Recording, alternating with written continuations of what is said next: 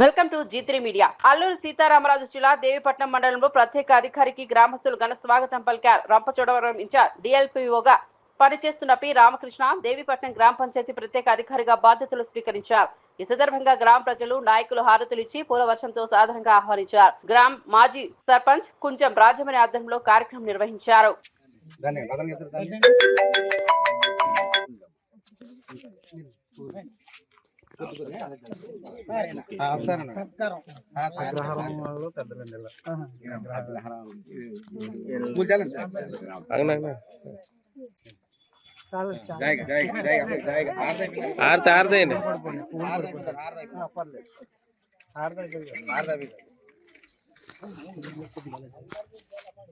అలా ఉండండి.